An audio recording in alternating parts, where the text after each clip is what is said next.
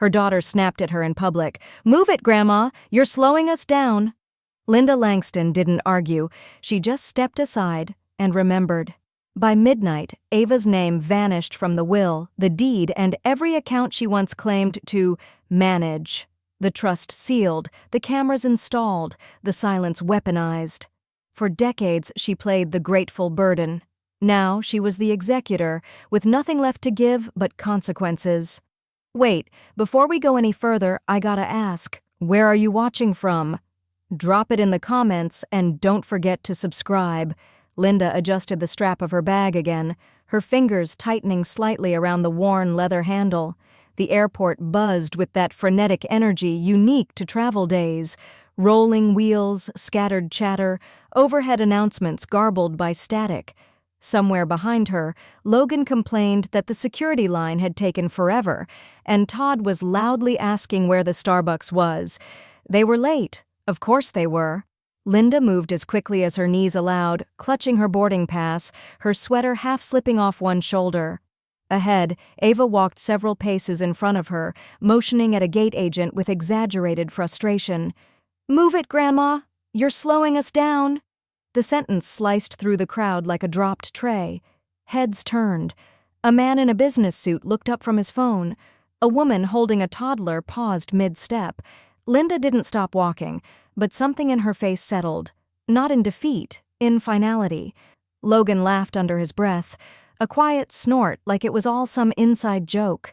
Todd didn't say anything. He didn't have to.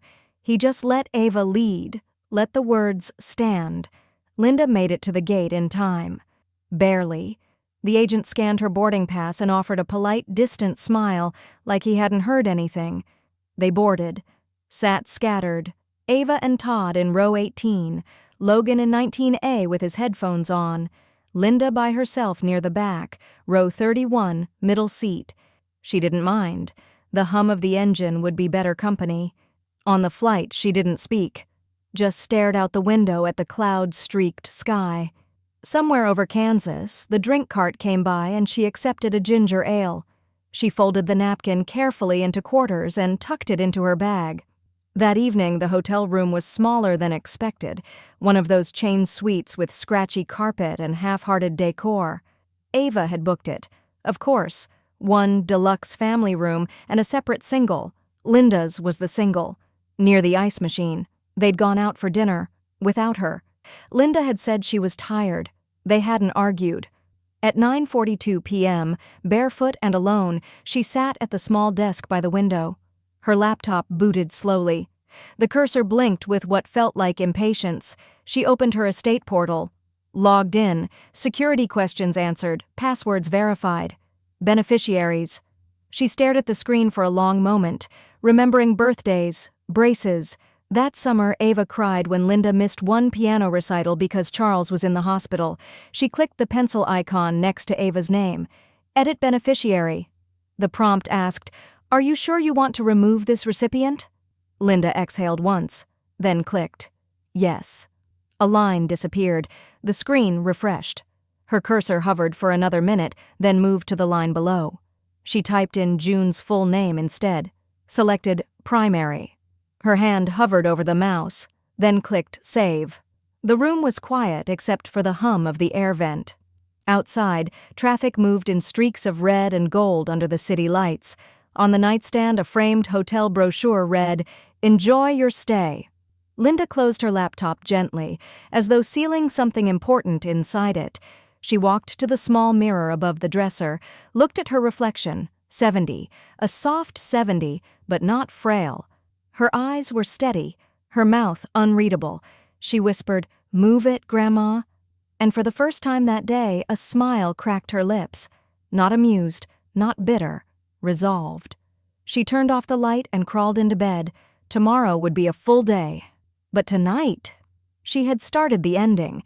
The hotel breakfast room smelled like watery coffee and resignation. Linda sat alone at a small corner table, stirring oatmeal that had gone cold 10 minutes ago. Her blouse was pressed, her hair neatly pinned, but the exhaustion lingered in her shoulders. Ava slid into the seat across from her, sunglasses still on, holding a paper cup of something frothy and overpriced. She didn't greet her mother, just sighed like she'd been summoned to court. "So," Ava began, brushing something off her sleeve that wasn't there. "About yesterday." Linda raised an eyebrow, waiting. "I was just stressed. Airports are chaos. Logan was being a brat. And you know how Todd gets when we're running late. You really took it too personally." Linda set down her spoon with care. "Words from stress reveal the heart," she said, voice even, almost gentle. Ava blinked. "Excuse me? People don't invent cruelty when they're tired, Ava. They just stop editing it." That landed harder than Ava expected. She shifted in her chair, looked away. "You're blowing it out of proportion. I didn't mean it like—" Linda held up a hand, palm open. "No drama, just a boundary." "I didn't bring it up. You did." A beat of silence stretched between them. Then Ava, like she couldn't help herself, leaned forward with a half smile that tried to sound casual. "Look, let's just move past it. It's not like it affected anything important." Linda didn't respond right away. She reached for her tea. Then Ava added too quickly, "By the way, do you still have that binder with your will stuff in it? I noticed it was out the other day. Were you updating it?" The pivot was clumsy, almost laughable. Linda sipped her tea slowly. "Why?" "Oh, just curious. You're not getting younger, and we should know your wishes if anything were to—" Ava stopped herself, smiled again. "If anything were to happen." Linda looked at her daughter for a long moment, then nodded once. "I'll take that under advisement." Ava stood too fast, the chair legs scraping across the tile. "Okay. Well, I'm going to get Logan packed." Linda didn't watch her go. Later that afternoon, once they'd checked out of the hotel and gone their separate ways at the rideshare line, Linda returned home. Her house was quiet, still scented faintly with lavender and old wood polish. She slipped off her shoes by the front door and walked to the study.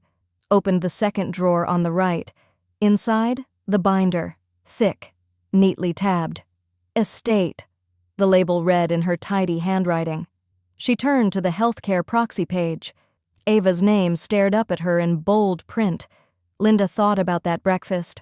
About the way Ava's concern for moving past turned immediately into concern over the paperwork. She thought about the time Todd had lifted his wine glass at Thanksgiving, looked her straight in the eye, and said, "Gotta love our cash cow in a cardigan," as everyone chuckled. Linda hadn't laughed then either. She picked up her pen, drew a line through Ava's name. Then, with a new form printed from the drawer's neatly organized files, she filled in June's name instead. June, her best friend since nursing school, the one who held her hand after Charles passed, who once brought her soup and tax forms in the same visit. She signed, dated, and placed the proxy in the section labeled "Updated." Outside, the sprinklers came on, the soft tick of water against window. Inside, Linda placed the binder back in its drawer.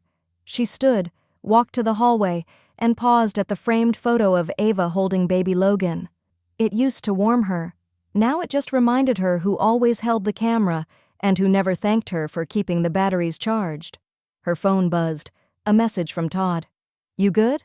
We left your garage opener in the planter. Don't forget to update your key locks." Linda didn't answer. She opened her contacts, scrolled to Security Service, Lock and Entry, and pressed call. The sun hadn't fully risen when Linda padded into the kitchen, slippers soft against the tile. She poured herself a cup of black coffee and opened the curtains, letting in a quiet stretch of pale morning light. The house was silent, just how she liked it now. Her phone buzzed on the counter.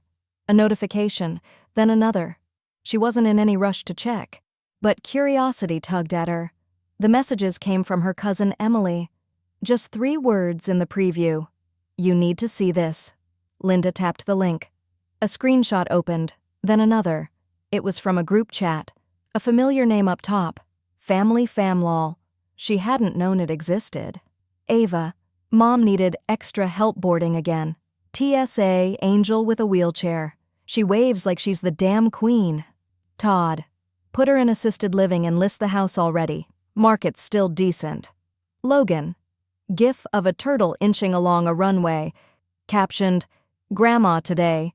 Linda's breath didn't catch. Her hands didn't shake, but she stared at the screen for a very long time. The irony wasn't lost on her. For all their talk of her being slow, they certainly moved fast behind her back. She placed the phone down, walked to her desk, and opened the top drawer where she kept her envelope stamps and an old external hard drive. Tucked beneath them, her emergency documents, divided by year, sorted by category. Then she went back, reopened her phone, and took clear, angled photos of each message. She cropped them tightly, saved them into a folder labeled Records. She opened a new text thread to June and dropped in the screenshots. "Linda, thought you'd appreciate this." June replied almost immediately. June, God, don't let them near your paperwork again. June, that house isn't a retirement plan. They're treating it like an inheritance in escrow. Linda, not anymore. She moved back to the kitchen, topped off her coffee, and stood at the sink as the birds outside began their usual morning chatter. Then she opened her contacts, found the listing, Maribel Foster, estate attorney. Linda pressed call. Maribel speaking. "Hi, it's Linda Langston. I need to make an emergency revision." "Of your estate?" "Yes. In person. Monday morning, if possible." There was a pause, then a slight shift in Maribel's tone, less professional, more personal. "Linda, is everything okay? I'd just like to ensure that what's mine stays protected. From assumptions, from entitlement." Maribel didn't ask questions. "Monday at 10, bring whatever you have. I'll clear the hour." "Thank you." Linda hung up and returned to her desk. She pulled out the binder again, flipping past the recently updated healthcare proxy. Her fingers lingered on Ava's name, now crossed out. Then she turned to the deed section. The trust planning notes, the TOD designations, all still intact. For now. But soon, they'd be fireproof. Outside, the trash truck rumbled past. Inside, Linda took one last look at the photo she kept tucked behind her bookshelf. Ava at 16, braces and a yellow hoodie, clinging to Linda's arm like gravity. She gently pulled the photo out, slid it into a labeled envelope. Pre-review documents, sentimentals. That night, she double-checked the locks, tested her new door camera from her phone, and wrote a list of all financial institutions to notify after Monday's appointment. As she shut off the lights, her phone buzzed again. "Ava, you doing okay? Just checking in. Logan said you seemed off." Linda stared at the message, then closed it. No reply, no read receipt. Some things, she thought, deserved to be left unseen. And Monday? Monday would be the first chapter of her second life. The front door creaked the same way it always had, just enough to remind Linda she still needed to oil the hinges. She stepped inside and closed it behind her with quiet finality, the click of the deadbolt echoing through the empty hallway like punctuation on a chapter she hadn't realized was ending. The house smelled faintly of lavender, same as always. The diffuser on the side table blinked with a low battery light, but the scent lingered, soft, familiar, unbothered by time or memory.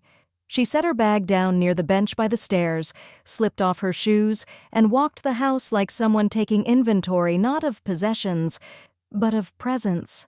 The living room was untouched, pillows still in their uneven arrangement.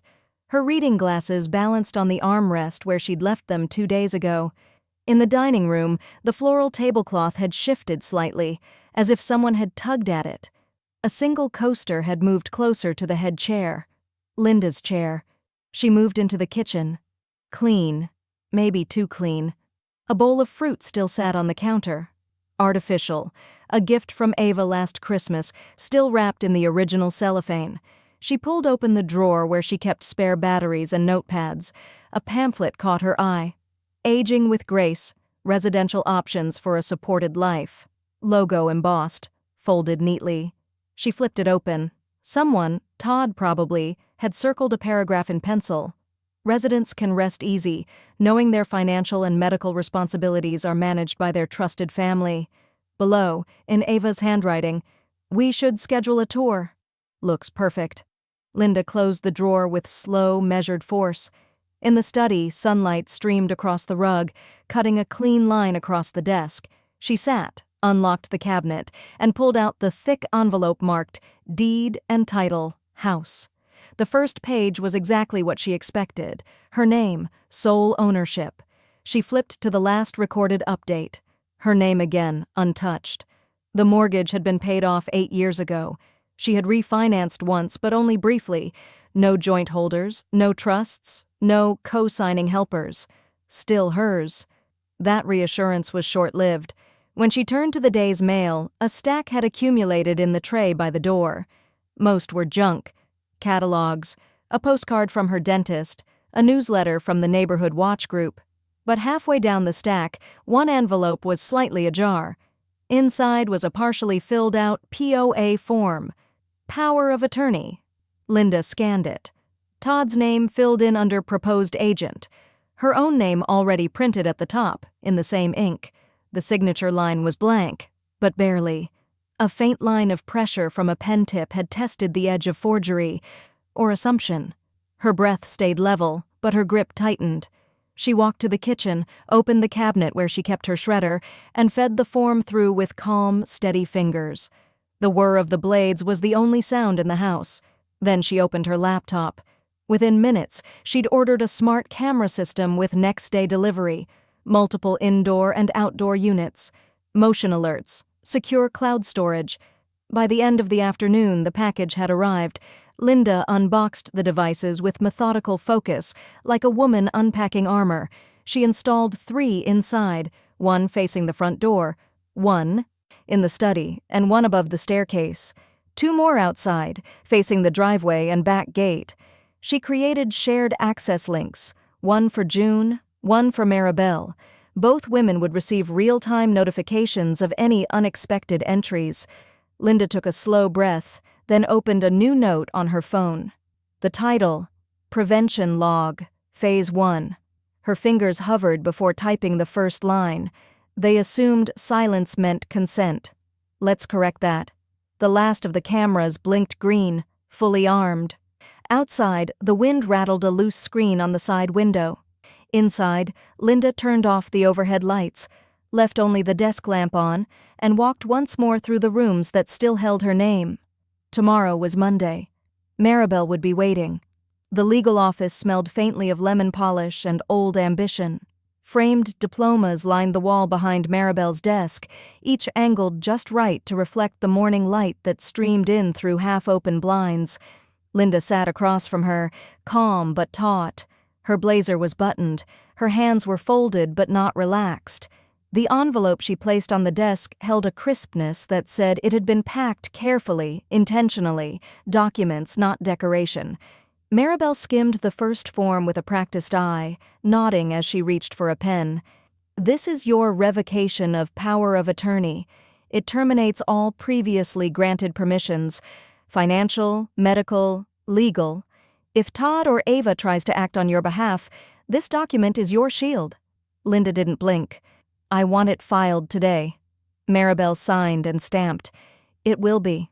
She moved on to the next form, her tone softening. This is the trust draft. Irrevocable. Your house, your liquid assets, your annuities, all protected under the Langston Legacy Trust. Executed by June Carlson. You are the sole grantor. No one, not even June, can change it without your notarized approval. Linda reached for the pen and signed. Next, Maribel said, sliding over a new form, we assign new TOD beneficiaries, transfer on death designations, your savings account, your brokerage portfolio, all payable directly to the Trenton Regional Hospice Nursing Scholarship Fund. Linda's hand paused over the paper, then she signed again. Maribel looked up from her clipboard, lips pursed with approval. You're not just locking doors, you're building a better exit. I'm not interested in revenge, Linda said, her voice even. I'm interested in insurance. Maribel sat back. If you want to seal this airtight, I recommend adding a no-contest clause. It means anyone who tries to dispute the trust, will, TOD, any of it, loses everything. Automatically. Even if they have a shred of argument. Linda thought for a moment. If they challenge, they forfeit? Exactly. Then include it. Outside, the wind pushed hard against the office windows. A gust swept leaves along the sidewalk, scattering them like second chances refused. Back inside, Maribel added the clause. She initialed the margin. Linda followed. By the end of the hour, every page had ink on it. Every page was power reclaimed. Maribel gathered the papers into a leather-bound folder and snapped it shut. Your legacy is yours again. Linda exhaled, not relief, but something deeper, a quiet settling. Maribel slid over a final copy. This is for your records. I'll file the revocation and update the county clerk's office this afternoon. Anyone trying to use your name will hit a brick wall by sundown. Linda smiled, just slightly. I hope they weren't planning to pay a cable bill. Maribel returned the smile. Or buy a new car on your signature. By the time Linda returned home, her cameras blinked green. No motion alerts, no visitors. She made tea, then filed her copy of the trust into the drawer behind her favorite novels, between A Tree Grows in Brooklyn and The Art of Inheritance Law. At 6:03 p.m., her phone rang. Ava's name lit the screen. Linda let it ring. On the fifth call, she answered. Mom? Ava's voice broke immediately. Did you change something? I tried to log in to check your utilities and everything's gone, like locked down. I couldn't even access the bank site. Linda said nothing. I wasn't trying to meddle, just, help. I was worried something was wrong. You were right, Linda replied, her tone crisp. Something was. A long pause. Then Ava's voice watery. Why are you doing this? Linda spoke gently, without spite. Because trust isn't a shared account. It's a receipt. And you never paid. Another beat of silence. I didn't mean to hurt you. You just meant to get ahead of me. Click. She ended the call. Outside, the wind picked up again. This time, it didn't rattle the windows. It passed cleanly over the house. Owned, secured, and signed for. Linda walked to her study and lit the small candle June had given her after Charles's funeral. She opened her new log, flipped to a fresh page, and wrote, Phase 2. Closure comes with conditions. Tomorrow, she'd review the camera footage. Tonight, she let the silence stand, unbothered, uninterrupted, and just outside her mailbox, a real estate flyer flapped in the wind. Linda had never liked passwords. They'd always felt like tiny hurdles, meant to trip up forgetfulness more than protect anything real. But after the past few weeks, she saw them differently. Passwords were locks. And locks, she'd learned, didn't just keep out strangers. They helped you spot the people trying to sneak in with a key they never earned. She sat at her kitchen table with a legal pad and a lukewarm cup of Earl Grey. The page in front of her had 3 columns: decoy account, real transfer, and alert flags. At the top, she'd written in tidy block letters, digital diversion plan. In the span of 2 hours, she created 3 fake banking logins, each linked to dummy email addresses and empty shell accounts with names like Retirement Overflow and Medical Reimbursements 2022. Each had small bait amounts visible, $2,100 here, $6,850 there. Just enough to tempt someone who didn't know better.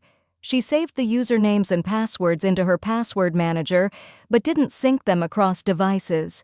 Instead, she left one tab open on her tablet and placed it on the edge of her counter, where visitors could see it but not know they'd been meant to. At 10:13 p.m., her phone buzzed. Security alert, unrecognized login. Attempt blocked device, iPhone 13. Location, local IP, 3 miles from home. Linda stared at the screen. Her hands didn't tremble. Her breath didn't change. She turned off the tablet and slid it into a drawer. The next morning, Ava texted, Hey Mom, do you still use the Citizens Bank app? Logan says the interface changed. Just wondering. Linda didn't respond. She just circled the text and filed it under a folder labeled Attempts. That Saturday, Ava and Logan dropped by just to say hi. They brought a bag of bakery pastries, though neither seemed particularly interested in staying long. At the dining table, while Logan scrolled through his phone and Ava made small talk about a neighbor's remodel, Linda noticed her daughter's eyes drifting toward her phone, which lay face up beside her tea mug. Linda unlocked it casually, then set it back down. The banking app icon sat on the home screen, right next to a calendar reminder that read, Last Will, Status Review. Ava leaned in just slightly, like she was reading upside down. Her fingers tapped the edge of her pastry, but her attention was elsewhere. Linda said nothing, just smiled politely, then reached for her phone and, without breaking eye contact, removed Face ID from all sensitive apps. That night, she activated voice-only security. By Monday, June arrived with a gift tucked under her arm, a prepaid, untraceable burner phone. "Use this for everything that matters," she said, placing it beside the kettle. "That one," she pointed at Linda's main phone. "You treat like a newsletter. Nothing private." Linda nodded. She felt tired, but not worn. More like sharpened. Like all her softness had been pressed into something capable of holding an edge. That same afternoon, she logged into each of her financial platforms from the burner phone. With a few clicks and an added verification call to Maribel, she transferred every real account, banking, investment, pension, into the irrevocable trust. Once it was complete, Maribel drafted the next step, a formal cease and desist letter addressed to Ava and Todd. Language sharp, legal, final. The letter was emailed and couriered. That evening, Linda took her tea out to the porch. The sun was setting, low and gold, and the air smelled faintly of someone barbecuing 2 streets over. Her phone buzzed once, a message from Ava. "Mom, did you freeze the accounts? We're locked out of everything. Are you okay?" Linda replied simply, "Perfectly. That's what alarms are for." She set the phone down, opened her notebook, and began a new entry. Phase 3. They will never know which locks are real. And just as the porch light blinked on, motion sensors quietly clicked into life. Someone had walked past the gate. But this time the gate wasn't what kept them out. The silence was. Linda was trimming dead leaves off her ficus when Ava and Todd pulled up unannounced. No text, no call, just the crunch of tires on her gravel driveway and the hollow ding of the doorbell, ringing out like a warning instead of a greeting. She wiped her hands on a dish towel and answered with a smile too polite to be warm. Todd held a reusable grocery bag. "Brought some muffins from that place you like. Figured we'd stop by. Chat for a minute." Ava stepped in behind him, her voice pitched with careful concern. "We've been talking, and we think we found a good idea." Linda arched an eyebrow. "We?" They settled awkwardly in the living room. Todd placed the muffins on the coffee table like a peace treaty, while Ava sat on the edge of the couch, hands folded too tightly in her lap. "You've got this big house," Ava began. "And with everything going on, utilities, upkeep, it just seems like a lot to manage alone." Linda didn't answer, just reached for her tea. Todd leaned in. "We're thinking, what if you sold the house and moved in with us? We finished the basement last fall, full suite, private entrance." Linda stirred her tea, slow and steady. "I see. You wouldn't have to worry about anything anymore," Ava added. "We'd handle all the money stuff, just relax, enjoy retirement." Linda looked up with deliberate calm. "Would I get to keep my name on the account?" Todd chuckled. "Only technically." "Technically," she repeated. Her smile didn't reach her eyes. "Then no, thank you." Ava's face tightened. "Mom, don't be like that. We're trying to make this easier, for you." "You mean for me to disappear into your utility bill?" Linda replied, voice even. Todd shifted in his seat, the faux diplomacy thinning. "It's not like that." Linda stood, not abruptly, not dramatically, just enough to end the conversation. "I appreciate the muffins," she said, "but I think we're done here." They left with murmurs of just trying to help and think about it. The screen door shut behind them with a finality no one acknowledged. Once their car disappeared down the road, Linda walked to her study. She opened her lower cabinet and pulled out a matte black steel lockbox she'd ordered the week before. The kind with fireproof insulation and 2 layers of security, digital code and backup key.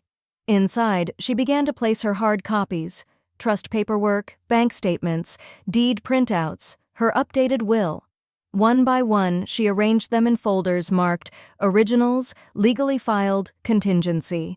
Then she locked the box and slid it under the false bottom of her storage bench, covered it with a wool blanket, and pressed her palm flat against the surface as if sealing a promise. That evening, June arrived carrying a manila envelope and a notary stamp. They sat at the kitchen table while the late sun filtered through the blinds, washing the room in pale gold. "These affidavits cover mental and physical capacity," June explained. "From your last checkup, clean bill of health, signed by your GP, notarized today." Linda reviewed each one carefully. "This keeps them from claiming I wasn't fit when I made the changes?" June nodded. "Exactly. No court can argue against it now." Linda signed her copy, initials precise. As they finished, June looked up. "They're pushing because they think you're still cornered." "They don't realize I built the exit," Linda said quietly. That night, Linda updated her prevention log, Phase 4, let them assume. Her phone buzzed with a message from Todd. "We'll keep the suite ready, just in case you change your mind." Linda didn't reply, but she did take a picture of the text, filed it under manipulation attempts. Outside, the porch light flickered once, then steadied. Inside, Linda poured herself another cup of tea, set a reminder to change her exterior locks again, and looked around her home, not as something to be surrendered, but as something fortified. Tomorrow she'd schedule the security audit. Tonight, she locked every door, twice. The neurologist's office was in a sleek medical building, with glass walls and wide, echoing hallways. Linda walked in alone, wearing a slate-gray cardigan and her mother's old locket tucked beneath her blouse. The receptionist greeted her by name. "Dr. K will be with you shortly." Linda nodded, folding her coat over her arm as she sat. She looked around. Magazines fanned across a coffee table, soft jazz murmuring through overhead speakers. It could have been any waiting room in America, but to her it was a courtroom. Because today she wasn't proving anything to herself. She was collecting evidence for the ones already preparing to argue that she couldn't possibly know what she was doing. When Dr. K finally called her in, he was polite, clinical, curious. "We'll be doing a few cognitive evaluations, memory recall, spatial recognition, reasoning tasks. Nothing invasive. We just want to make sure everything's functioning clearly." Linda offered a thin smile. "Let's give them no room for doubt." For the next 90 minutes, she was asked to draw clock faces, recall sequences of words, explain proverbs, repeat patterns. She moved through each task with quiet precision, focused, deliberate, not flawless, but undeniable. "Afterward, Doctor." Kay tapped his pen against his notepad. "You're well above the cognitive baseline for your age group. Executive function, memory, verbal processing, all clear. You're in excellent mental shape, Ms. Langston." He handed her a manila envelope. "This contains your signed capacity affidavit, along with a video certification of today's evaluation. We keep a backup copy here on file." Linda accepted it, eyes steady. "Please email a digital copy to Maribel Foster, my estate attorney, and also the Regional Elder Fraud Unit. I've already initiated a case record." Dr. K blinked but nodded. "You are prepared." "I've learned," she said. "The hard way." Back home, Linda scanned the documents into her password-protected archive and added a folder labeled Proof of Capacity. She uploaded the video to a secure cloud server, then forwarded it to Maribel with the subject line, "Medical confirmation, undisputed clarity." June texted minutes later, "Got the alert. Solid gold. They'll choke on this if they try to push guardianship." Linda allowed herself a small smile. But the next text wasn't from June. "Avenue. Can we stop this now? I just want what's fair." Linda stared at the screen, then typed, "Fair was 5 years of silence after your father died." No emoji, no punctuation, just the weight of a truth too long avoided. She hit send. Moments later, another message came in, from Logan this time. It was a meme, a cartoon turtle in glasses clutching a bouquet. The caption read, "Sorry, Grandma, can we talk?" Linda's breath caught, not in pain, but in something more complicated. Not forgiveness, not yet, but maybe acknowledgement. She took a screenshot, saved it, and placed it in a new folder titled Maybe. That evening, the wind pressed softly against the window panes. She didn't check her cameras. She didn't need to. Instead, she updated her prevention log. Phase 5. Let the record speak louder than their regret. She placed the neurologist's envelope next to her lockbox and jotted a sticky note on top, "Duplicate before Friday."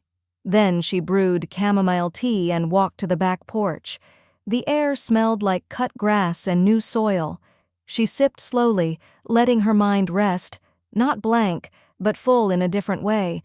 Tomorrow she'd respond to nothing, because tonight she had responded to everything that mattered, and someone, somewhere, was reading her file and realizing she was not going quietly.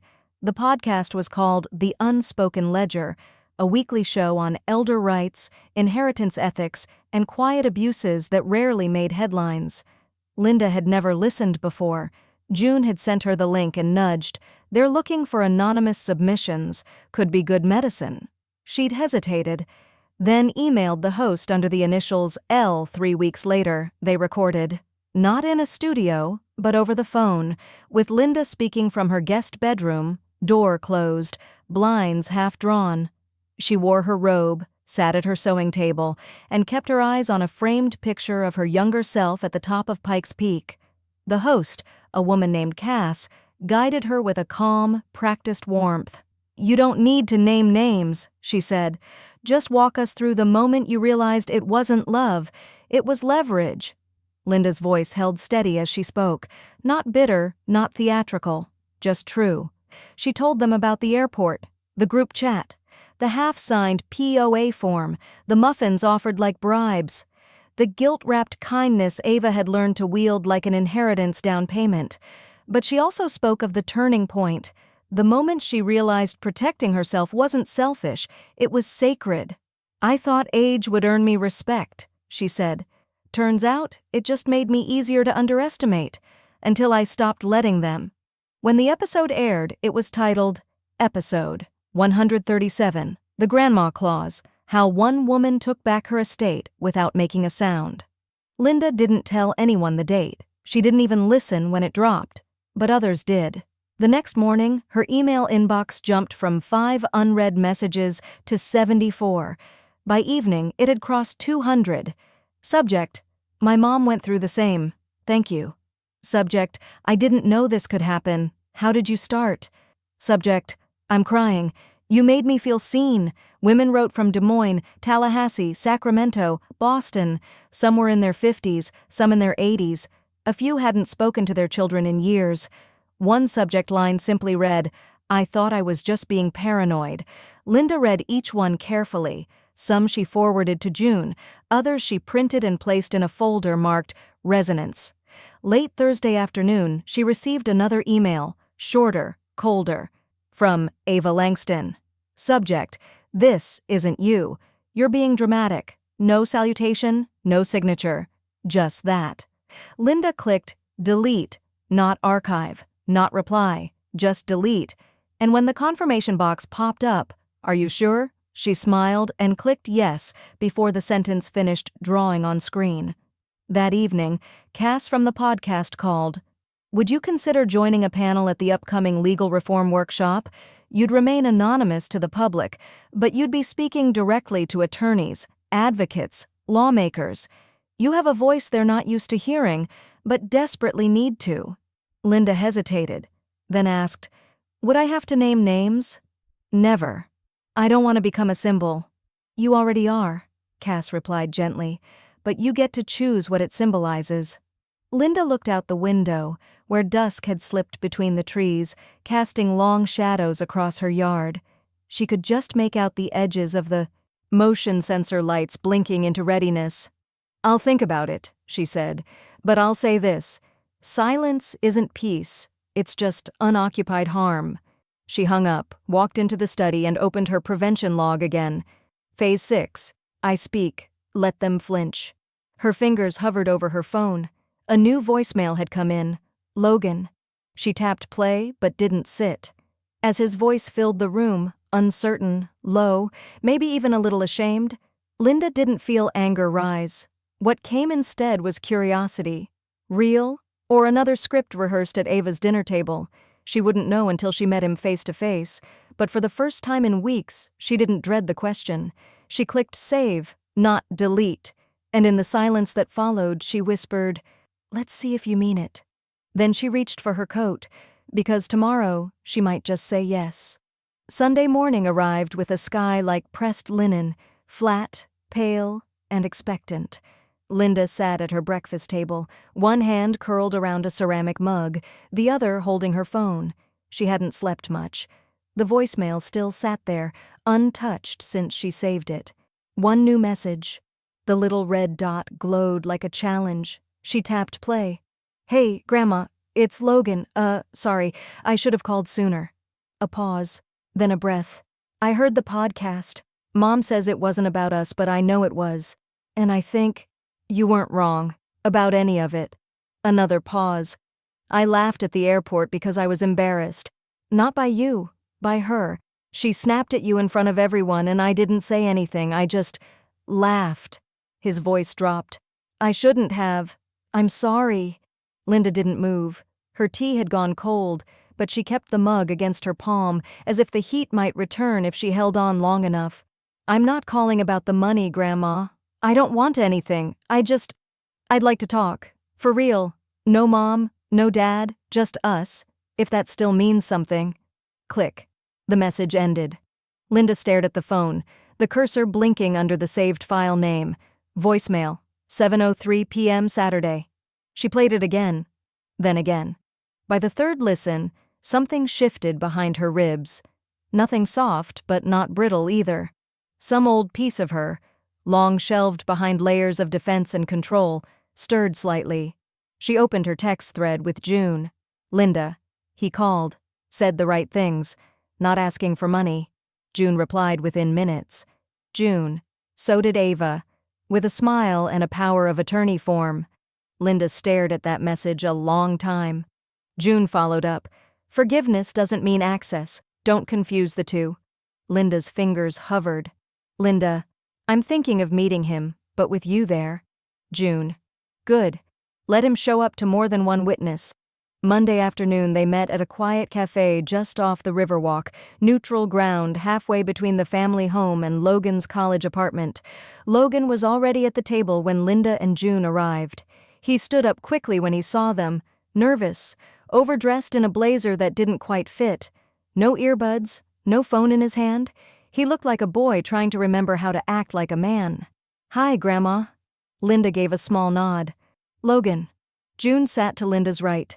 She said nothing but placed her leather-bound folder on the table with calm visibility. Logan noticed it, and something in his shoulders relaxed. "I appreciate you meeting me," he said. "And I understand if you don't believe anything I say, but I'm here anyway." Linda tilted her head. "Why now?" "I guess because for the first time, I realized how quiet it gets when someone finally stops waiting for you." Linda inhaled sharply. Logan went on. "I didn't stand up for you because it was easier not to. Mom controls everything. Money, mood, direction. But that's not an excuse. I'm not a kid." "And you're not her," Linda said. "Not yet." He nodded. "I don't want your estate. I don't want my name on anything. I just want to learn what I missed, who you actually are when no one's narrating for you." June leaned back slightly, assessing. Linda didn't look at her. Instead, she looked directly at Logan, eyes steady and wet. "Then start now," she said quietly. "We have no time left to waste." He blinked fast but didn't speak. She reached into her coat pocket and pulled out a notepad.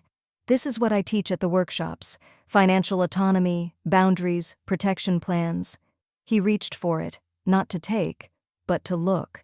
"I want to understand all of it," he said, "even what it cost you." Linda turned to June. "Schedule a session. Let him sit through it." June smiled.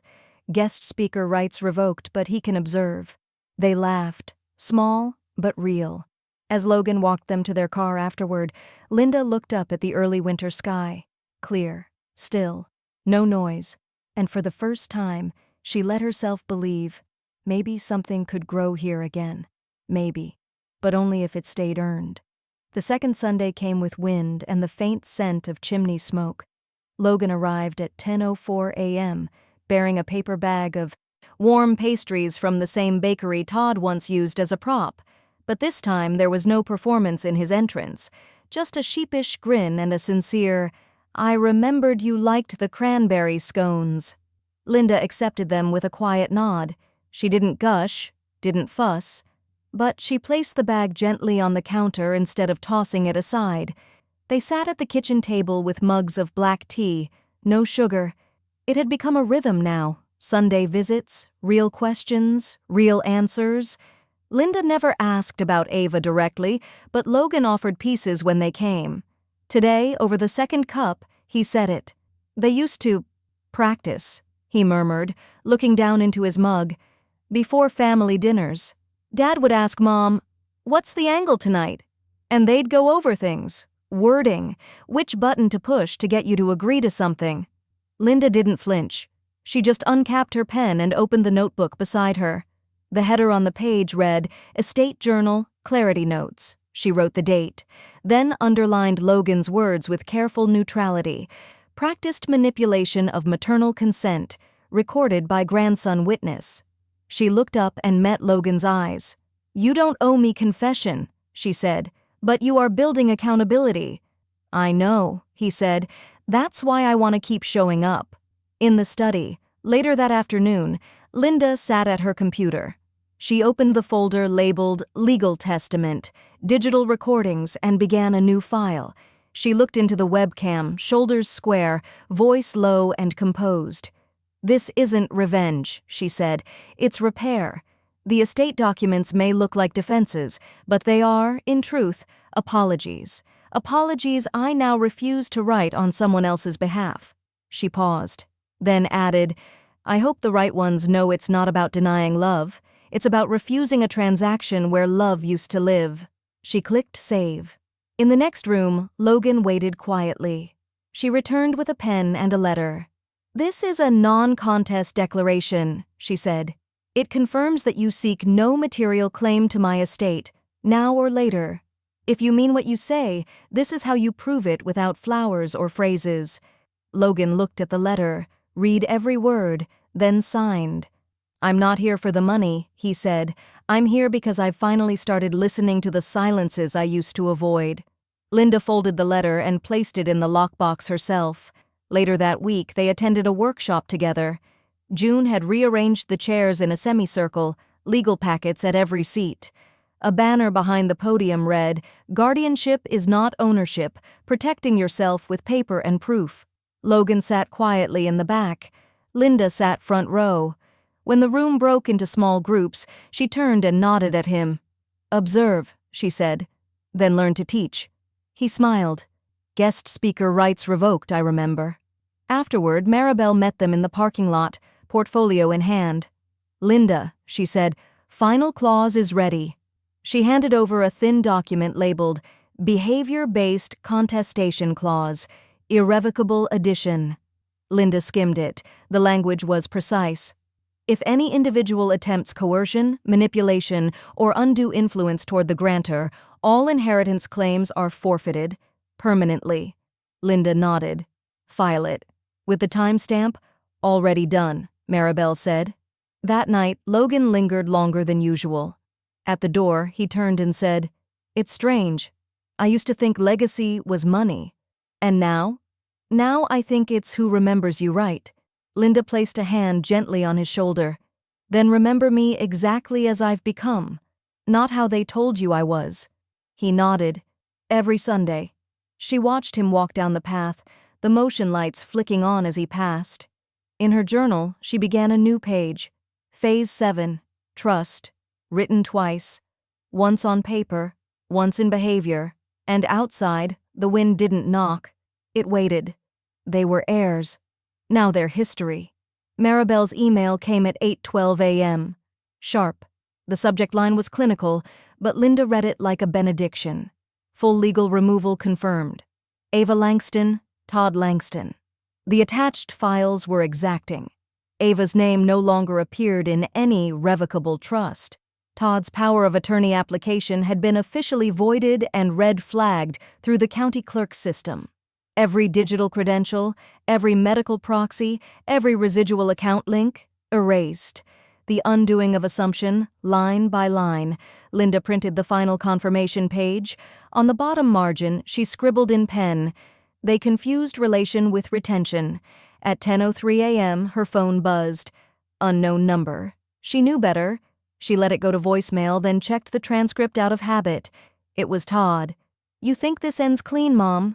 You think we're just gonna vanish quietly? You'll hear from our attorney by Friday." Linda tapped the message, forwarded it to Maribel. Within an hour, Maribel replied, "Filing preemptive protective order under elderly coercion defense. Let them walk into that trap if they want." Linda sent back a single thumbs-up emoji, her first ever. By noon, she had something else to prepare for, something that felt real. Her first estate protection workshop. The local library had cleared their smallest meeting room, beige walls, flickering fluorescents, and the faint smell of paperbacks aging quietly in the corner. June had helped her set out packets, each labeled "My Rights, My Records, My Life" in crisp black font. The seats filled slowly. 10 women, 3 men, all gray hair and sharp eyes. One woman walked in gripping a cane like a gavel. Linda stood at the front with her binder, her glasses, and a steady breath. "This," she began, "isn't about dying well. It's about living protected." From the back row, Logan raised his hand. "Before we start, I just want to say something." She tensed, but nodded. He stood awkwardly, then cleared his throat. "This is my grandmother. And growing up, I thought adulting meant jobs and mortgages.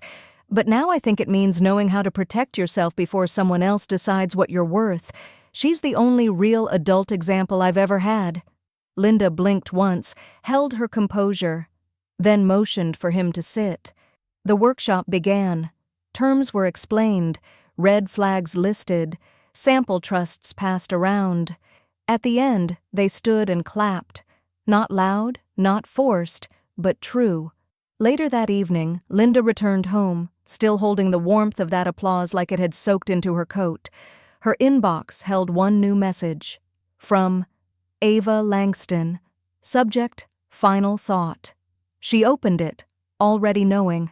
"You were always cold. Always holding your love hostage to control the room. Congrats on your audience. I hope the strangers clapping feel better than your own daughter trying." Linda stared at the screen, then began to type. "You were always entitled. And when control left the room, you mistook absence for cruelty." She hovered, thought better. Deleted the second line, kept the first. Sent.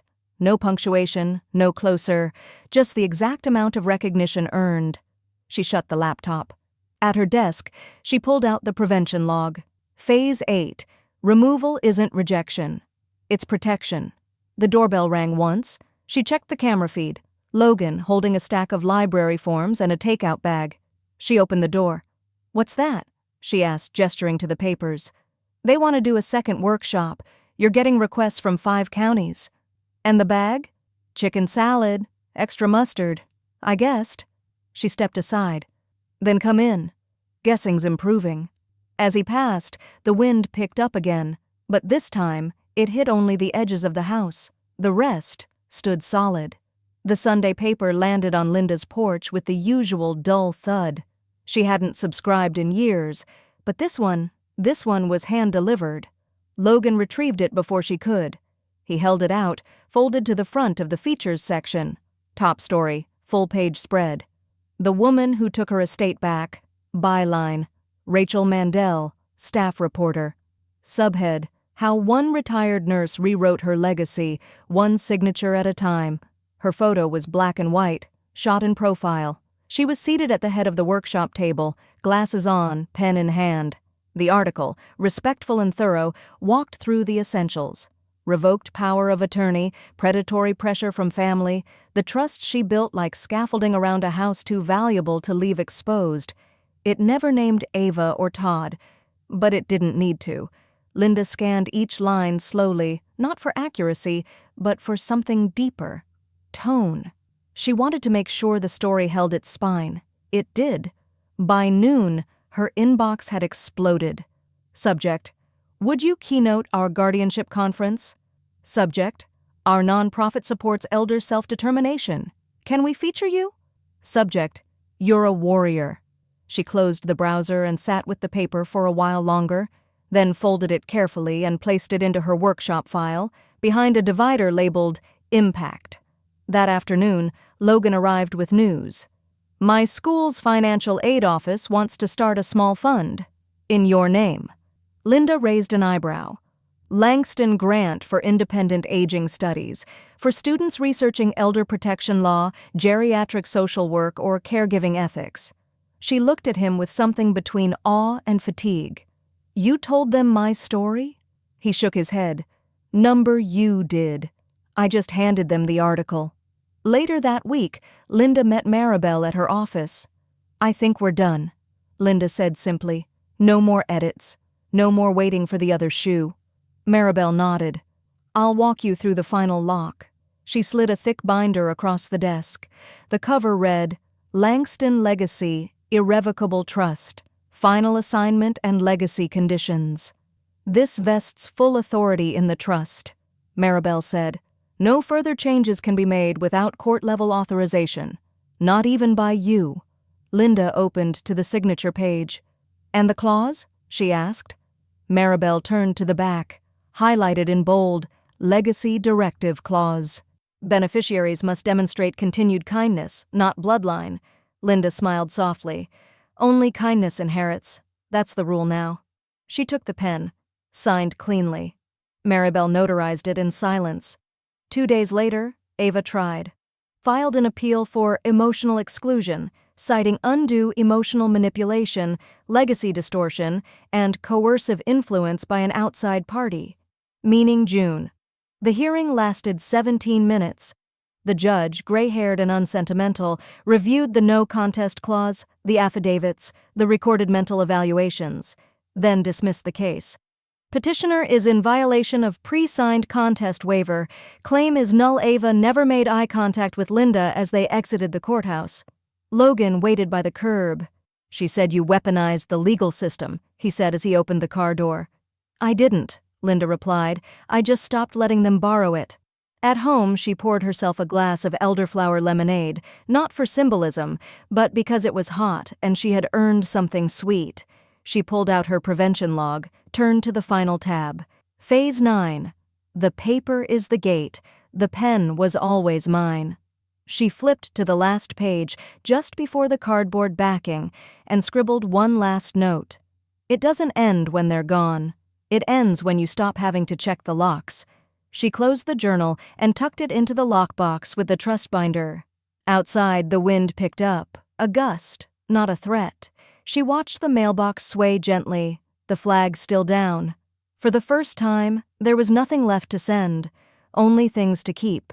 It had been tucked in the back of an old recipe binder, half forgotten, creased from decades of quiet, a crayon drawing, lopsided, faded, childish, and unmistakably Logan's.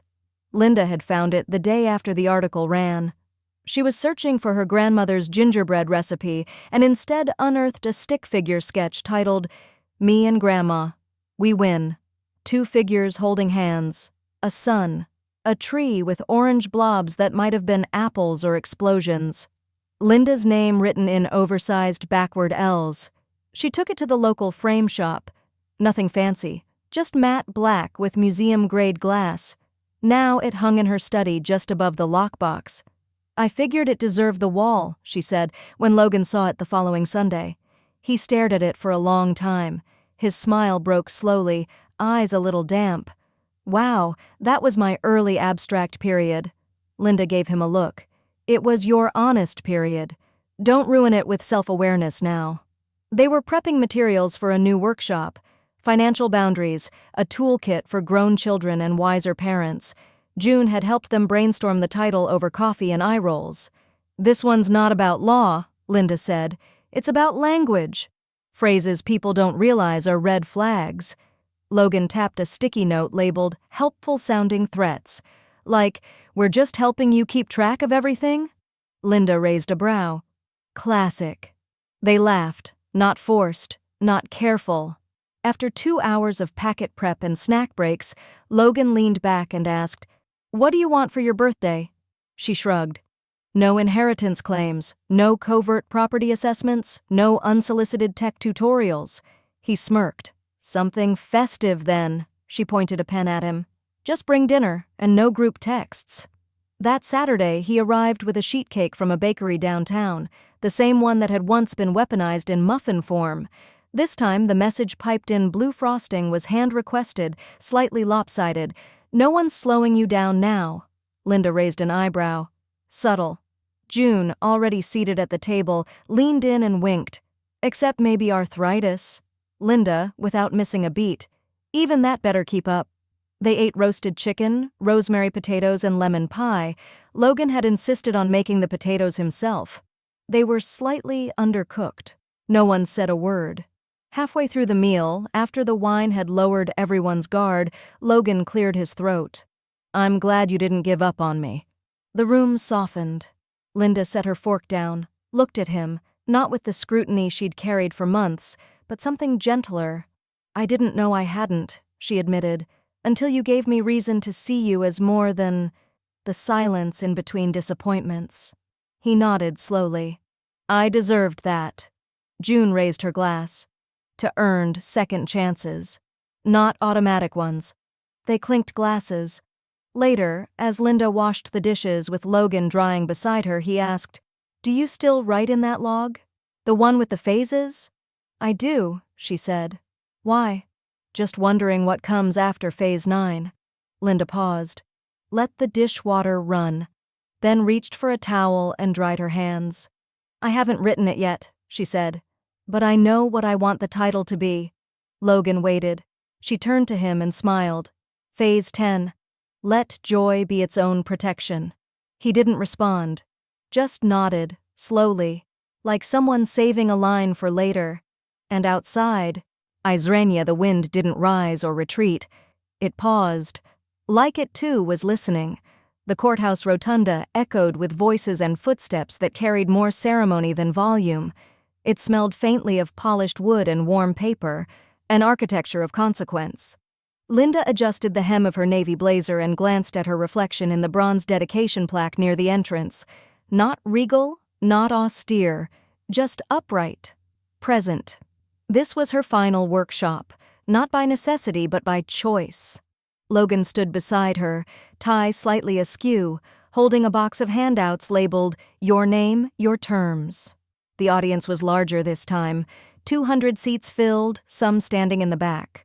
Social workers, attorneys, retired nurses, daughters with furrowed brows, sons with opened notebooks. June handled the introductions. You all know her by now, but for those who don't, Linda Langston is what happens when a woman says, "Not on my watch." Applause, genuine, not sentimental. Linda stepped up to the lectern. No slideshow, no bullet points, just the mic and the folder she carried like scripture. She began with a memory, not legal, but human. "I used to think safety was a matter of doors and locks, but it's not. It's who holds the keys, and why." She spoke of the ways coercion could be masked as care, and how silence was the most common form of exploitation. Her tone wasn't bitter, it was seasoned. She was no longer fighting, she was marking the trail for others. Then came the announcement. "Today I'm proud to share the founding of the Langston Women's Autonomy Fund," she said. "It will sponsor legal aid and education for women over 60 facing estate abuse, guardianship exploitation, or coercion in silence." Murmurs rippled through the crowd, pens moved faster. "And if you're wondering how it's funded," she smiled, "let's just say I made some smart transfers before the vultures circled." Laughter, but this time it held relief. A city official stepped forward next. The mayor, gray-haired and gracious, held out a small plaque. "For your unwavering defense of those often dismissed," she said, "we present you with the Community Protector Citation." Linda accepted it with a polite bow of her head. No fuss, no speech. As she returned to her seat, Logan reached over and squeezed her hand. "I hope you realize," he whispered, "this isn't just protection anymore. It's power." She didn't answer. She didn't need to. Back at home that evening, she recorded her final statement. The last video entry in her estate documentation.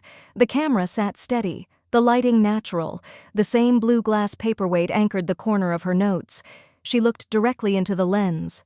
"If you're watching this," she began, "then you know what I fought for. But this was never about a will. It was about willingness.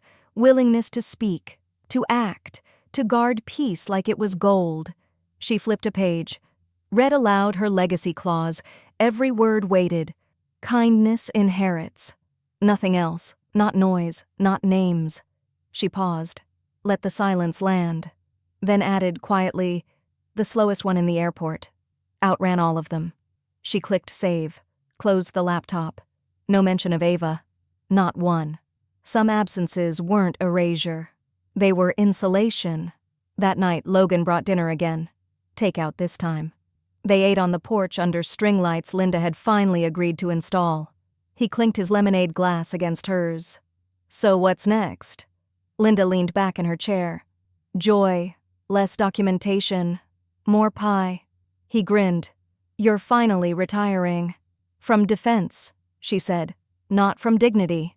The wind passed softly through the hydrangeas. No alerts, no buzzes, no more forms to file. In her prevention log, she turned to the very last page and wrote, They rushed ahead. I walked with purpose and arrived alone, owning everything.